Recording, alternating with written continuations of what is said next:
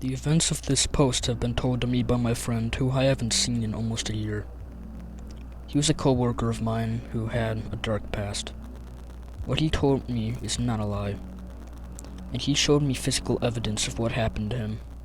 Names, locations, and dates have been changed to protect identities of all parties involved and to stop anyone trying to find these people. As he told me, if you go through the blood-red gates, you'll never come back alive.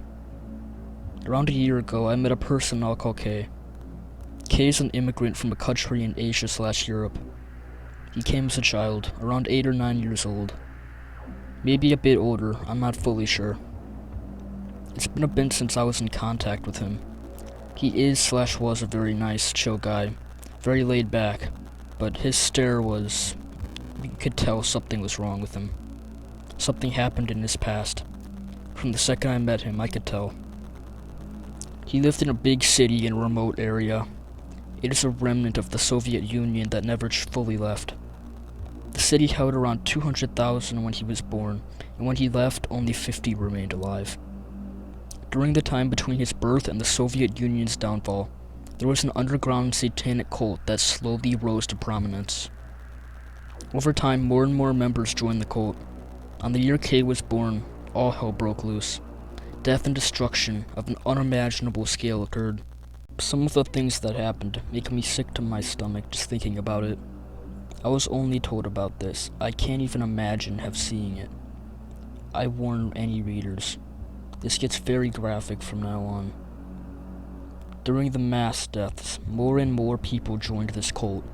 Soon they rose to power in a similar fashion to the Nazis. A dictatorship was formed. The fighting described that led to the cult's rise was compared to the Battle of Stalingrad, or a certain siege of a certain city by a certain religious extremist group. After the fighting had stopped, only a few hundred remained. The cult took over. Human sacrifices and devil worship was common. Anyone found to be Christian was put to death in a way that makes what the worst of the Nazi Holocaust camp look like kindergarten. Nails ripped off, death by 1,000 cuts, waterboarding, decapitation, impalation, firing squad, having your body turned inside out, having your head chopped off. Yes, I have seen bodies turned inside out. They would cut a person open from the front while still alive and screaming. They would take the flesh and fold it, ripping it apart and setting it to the flesh inside out. Blood all over and flesh exposed, organs half out on the body, hanging and bleeding. They were left to rot in a big wooded structure that had since been removed from Google Maps. It is the shape of the devil's horns. All the doors are open. When you walk in, the stench of death and decaying corpses and feces fills the room, as you see the decaying bodies being eaten by rats and other things. Did you know a rat can pick a body clean in just a few days? Also, it takes 30 seconds for a man to bleed out. 30 seconds of a waterfall of blood flowing on the floor as they scream in agony, tied to an upside-down cross as they light up in fire. You hope the blood loss kills you, but honestly, I don't know which is worse. He secretly was a Christian, so he was afraid for his life, even at such a young age. He was severely depressed and suicidal, even so young. Soon, he thankfully got out and moved to the US. But the events don't end there. Years later, a person in the village ended up killing her father, who was a major figure in the cult. The head, actually. He cuts him to pieces, saying God told her to do it. Kay's father was also a major cult figure. He was an abusive prick who accidentally caused Kay to have a punctured lung when he hit him with a spiked baseball bat. Sometime after or before that, he didn't say, he got what is called the Mark of the Beast. The mark here is a bit different. It's a group of shots all put in once, having some liquid put on so the scar never goes away, always reminding him of home. Also, the burn marks. The burn marks all over his neck. You can see what looks like fingerprints on his neck, as if someone with a hand over 1,000 degrees hot tried to strangle him to death. He later told me that the Soviet government attempted to get rid of the cult. A secret war was carried out. Not many knew about the events. Only a selected few from the army and KGB were deployed to get rid of the situation. It wasn't enough. That's all he told me. I haven't seen him in a while, and I hope to God he's okay.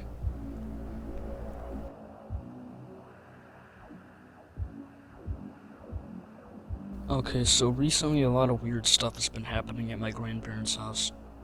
To start off, I stay there a lot. I'm only 15, so when your parents can't get your stuff together, you have to stay somewhere else.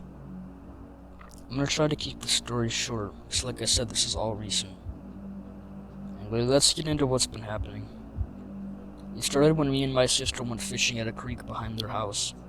Mind you, they live in the middle of nowhere. This is all in New Market, Alabama, so if you want to look it up, you can. Because I'm not lying when I say it's in the middle of nowhere.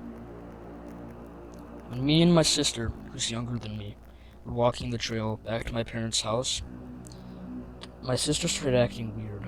When I asked her why she was acting so paranoid, she said that she thinks someone was watching us. She pointed behind us into the tree line, and sure enough, we see a tall, creepy-looking man in the tree line watching us, with his hands on his knees. I'm a guy, but even so, this sort of freaked me out a bit. It took me back to when my parents would talk about the New Market cult that terrorized them when they were kids. They both lived within a mile of each other at the time. Me and my sister got back to my grandparents' house, pretty safe. Sadly, this wasn't the only thing that happened. It only got worse. The next thing I actually got on video, but I sadly lost it. I still remember, I looked at the clock, and it was 3:34 a.m. I was talking to my friends on PlayStation. The room I was in was at the back of the house, closest to the cult. I was home alone and pretty tired at the time. If anyone lives near me, then you know how foggy it was Easter morning. I didn't actually hear the sound first. I have soundproof headphones, so it was my friends that heard it. They told me to video it, so I walked outside and did. The sound almost sounds like a wounded cow. I would say that it's a cow, but the problem is that first off, the cows aren't allowed at night, and two, the cows weren't even living there at the time. They take them to a different farm every month, so they can try to eat fresh grass.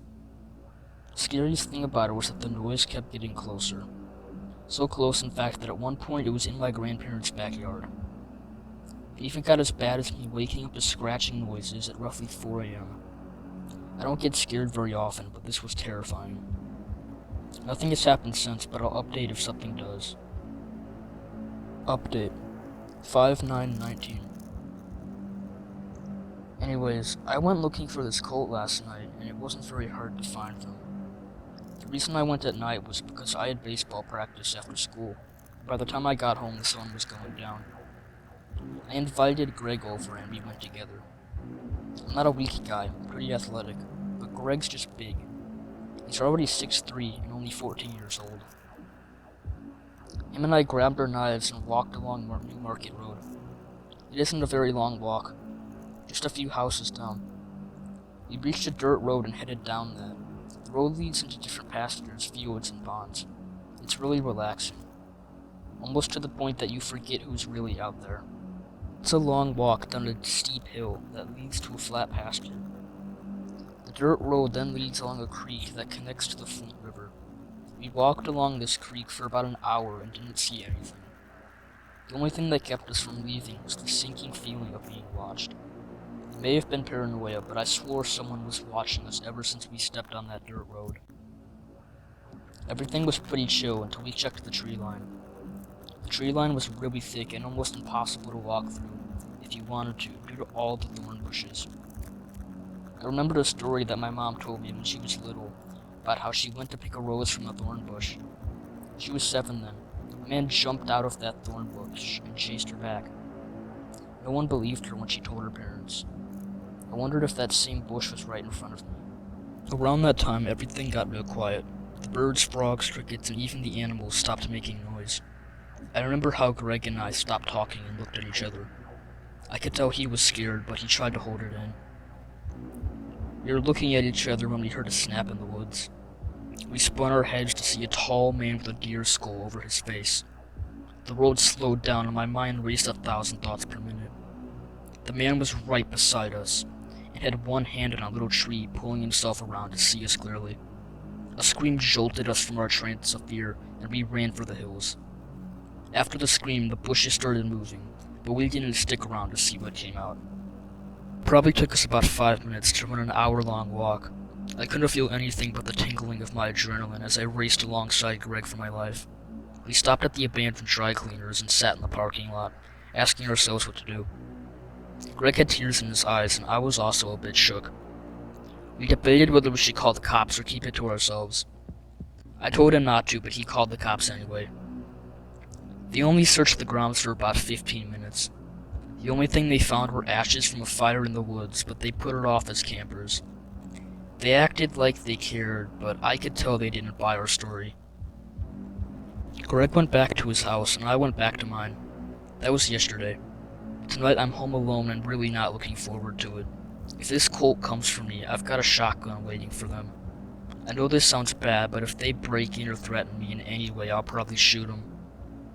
Sorry it took me so long to update this. The reason I pasted the original story was because I had classes and stuff. Oh, and don't know if everyone calls it the New Market Cult. My family calls them that, so that's what I've stuck to. If I don't respond, then the worst thing has happened. But don't worry about me. I like a good adventure. Update number 2. I feel kinda sick right now. I was replying to your comments when my mom called me. I answered, of course, because I'm home alone, like most nights, and I wonder why she's calling me. I mean, my mom doesn't even know how to show up at my baseball games or take care of me. Why would she call me? I mean, she took care of me at one point, but my dad made her snap one day. But that's beside the point. Anyways, I ate this call from my mom and answered it. I of course said hello, but all I heard was breathing. I kept asking if she could hear me, but just more breathing.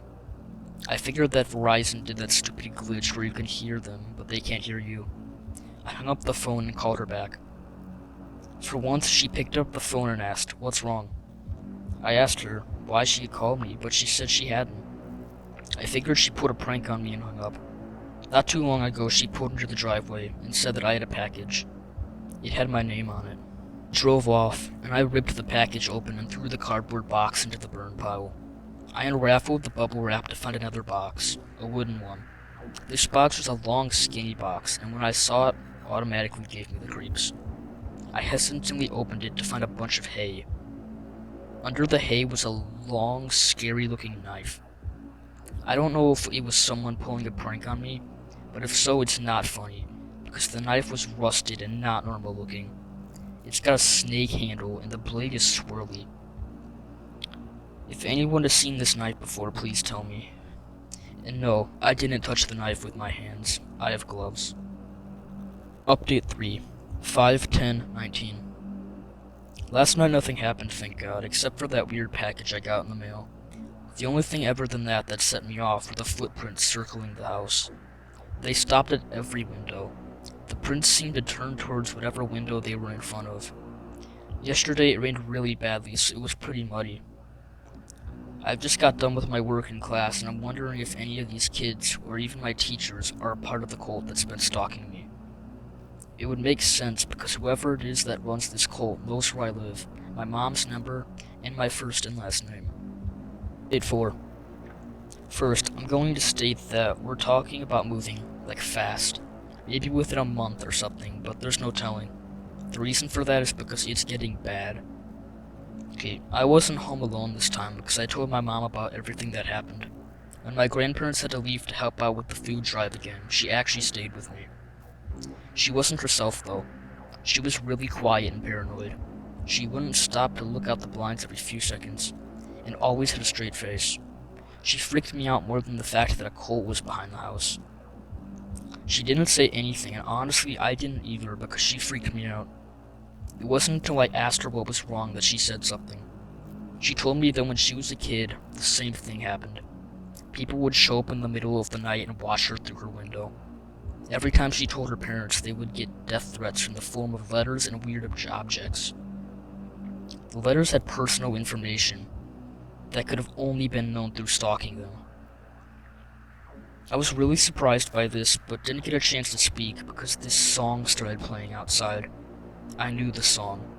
It's called Days of Chaos. I used to listen to it whenever I would take out the trash at night to make things more exciting. The song was getting closer, and it wasn't the type of song you wanted to hear at night. Mom jumped up and grabbed the shotgun, and I grabbed my baseball bat. I would have recorded it, but my phone was on the back porch, and there was no way I was about to go out there. We shut the lights off and sat in the kitchen looking at each other. To be honest, it was the scariest experience of my life. My heart dropped because I heard a creaking noise in the garage, and that's connected to our kitchen. The music followed with it until it was at the door which separated us from the garage. My mom pointed the gun at the door and leaned her back against the wall. Her face was straight and determined. I'm sure mine wasn't. This silence went on for about a good solid hour. Neither of us moved, and I could see the gun in my mom's hand start shaking. She kept glancing at the window above the sink. I did too, but most of the time my eyes were on the door. All of a sudden I felt the world stop. Or at least I thought it did. The music stopped playing and my fear dropped a bit. My mind wasn't as clogged up anymore without the music, and I started thinking. My stupid self then remembered about the back room window. It was open. I screamed to get out of the house, and my mom didn't hesitate to jump up and book it for the door. It was all kind of a blur at that point, because I swiftly swung open the door and dove through the car window. It wasn't as cool as it sounds, because I hurt myself, but it might have saved me. Mom swung around the other side of the car and got into the driver's seat, slamming the door. We tore out of the driveway, but of course I had to look back at the house on the way out. I know this next part may sound made up, but I swear it's true. I looked at the house and saw the tall man with a deer skull on his face standing on the roof. A shorter man with a hood over his face, and another hooded man on the chimney. It was the most bizarre thing I've ever seen, and no one will ever believe me or my mom. I also saw another hooded man peering at us through the back door window, inside the house. I saw all this in a blur, so there could have been more of them, but I didn't care. We're still driving now, and I don't know where we're going, but we're going somewhere safe. I hope this is the end of my story, but if I make another update, it's probably not going to be pretty. If anyone wants to message me about questions, I don't care. Just leave me out of it. Private message me if you're willing to look. I offered to call the cops, but my mom said that she tried that when she was a kid. They always come back for you if you call the cops, and the cops might even be in on it. I will reply to comments the best I can for anyone that has questions. Just don't ask me to go back there, because I'm not doing it. Part 2. Let's start off with where I left off. Oh, and by the way, I wrote the last update on my mom's phone. Anyway, me and my mom drove a couple hours away to her boyfriend's parents' house. They had a guest house, so I slept there. It was peaceful, but we couldn't stay long. I didn't want to lose all my friends and my education itself to some drugged-up hillbillies, as I call them. So we went back there after about a week. Some of you might say it's my fault because I went back, and you're right, but it still made for one hell of a story. In order to get back to my grandparents' house, we had to drive on these dark dirt roads through the mountains. We were both on edge, expecting a hooded man to jump out from behind one of the trees. We had to drive kind of slow because of that fact, and there was a sharp turn every few feet. Luckily, nothing happened on the way back. The house had been searched by my grandparents a week before. We arrived at night, which was unsettling. I went to bed in the back room again, but this time I kept the gun in there. The windows were shut tight and the door was locked. That night, though, I think I got the most bone-chilling footage I've ever recorded. This time it was in my backyard. It was the noise. I was eager to get on, so I walked outside. I was planning on confronting it, but I was frozen with fear. The next few weeks went okay. Nothing out of the ordinary. I still didn't trust everybody at school. I knew that any of them could have been responsible. There was one day, though, at school that made me nervous. I walked over to my locker, unlocked it, and froze. In my locked locker, there was a message in red marker on the back of the locker that said, "Welcome back, Sexton," with an old Polaroid picture. My last name is Sexton. The picture was of 7 hooded men. They had the old school executioner hoods. 3 of them were standing in front and 4 behind. My memory was kind of blurry, but I could have swore that the other hooded men had white hoods. The only people that could have opened my locker were me and the school staff. That scared me. After that, things escalated. The next day at school, another picture was in my locker. This time it was of the man with the deer skull. It looked like he was charging at the camera, because his mask was blurred, and it wasn't in center frame. You could only see a part of his mask at the bottom right, and the flash of the camera illuminating the obviously once dark environment. I recognized the background though. It was the abandoned barn behind my grandparents' house, close to the creek. I then realized that the previous pictures were taken there too. It didn't show my fear on the outside, but my stomach was turning the whole day. I couldn't concentrate nor eat. Everything was almost a blur. I jumped off the bus and grabbed the pistol that my grandparents had. I ran down the path only to realize I forgot my phone, which I had recovered when returning to the house. I figured I was already too far, so I went anyway. The barn was in a field surrounded by tall grass. I trudged through the tall grass infested with gnats, only to find the barn relatively empty. I took short, slow steps, listening for any human-like noises. I felt like I was being watched again, though, like I did so many times before. I was about to turn to go back around when I felt something behind me. I spun around to see a man with the same hood standing in the big barn doorway I had just entered. My heart raced before I could do anything. A black hood was pulled over my head from behind. Right after, there was this hard cracking punch that knocked me off my feet. I couldn't do anything because of the amount of kicks and blows that were striking me at once. Even though I couldn't see, I knew the world was spinning. Luckily for my adrenaline, it didn't hurt as bad as it should have. I heard a stern grunt and everything stopped. I honestly thought I died until I felt a hand grab my shirt and pull me to my knees. I felt warm breath on my left ear, and a whispered voice said in a chilling manner, "We aren't here for you, boy. We're here for your mother. Don't get in our way again, and let this serve as a message. Take down the evidence." I then felt 2 arms under my shoulders pick me up and throw me out of the barn into the tall grass. I then heard footsteps running. I knew exactly what he meant when he said evidence. He was talking about my first post. That was when the pain started kicking in. I could move for a little bit. I finally moved a hand to the cloth on my head and took it off. I looked at my body and my stomach was badly bruised. I could feel blood running off my face and knew I had been beaten up pretty badly. I wasn't scared at all. Honestly, I was just filled with anger. I stumbled back to the house once again, home alone, and checked out my wounds. I had a big gash on my forehead and cuts just about everywhere else. I used my grandparents' first aid kit to patch up most of it. I'm pretty sure I had a concussion, considering that for 1, I was tired, and 2, everything was still spinning. I fell asleep without calling my mom, mostly because I wasn't thinking straight. It was almost like I was half awake. I fell asleep pretty fast because of my body being so badly messed up, only to wake up again in the middle of the night. I didn't notice much at first until I looked at the back corner of the room. The room was dark, but I saw an even darker shape in the corner. I honestly thought it was an illusion, until a sharp, crackling laugh sent my body into panic mode. I screamed at him, and the shape in the corner stood up, revealing the shape of a man. I didn't need an explanation. I instinctively pulled the lamp string, turning it on, and jumped out of bed. I charged the hooded man in the corner, and I could tell he wasn't expecting it. I put a right hook into his jaw, jarring him and knocking him into the corner. Someone tackled me from my right and slammed me into the wall, pinning me there. I managed to stay on my feet and said, "You son of a bitch," before driving my elbow into his back. He let go and I shoved him backwards. I knew my adrenaline wasn't going to protect me for much longer, so I swung the door to go outside and booked it onto the patio. I froze and saw the man with the deer skull staring at me face to face. I could see his eyes through the empty skull eyes. They were brown. I was taller than him at the moment because I was on the patio and he was on the steps. He stopped moving when I did and did nothing but stare. When my fear faded, it was replaced with anger, and I screamed something I honestly can't remember.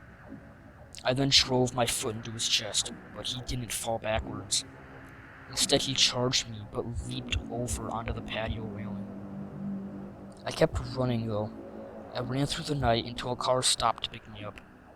I was surprised to see it was Brooklyn's mom, my ex. She let me get into the car, but I was a little bit hesitant at first, but figured I didn't have much of a choice. She drove me to my mom's house, and I've been here since. I'm not going back there anymore. I know I said that last time, but my confidence got the best of me. The only reason I made it out of there was my adrenaline. If I left out any details, I'm sorry. It's late, I'm tired, and I'm so injured. I'll either update this post or make a third part if anything else happens. Hopefully not. I have decided to obviously not delete my first post. I'm not gonna let the cult push me around. Maybe I should, but we don't always make good decisions.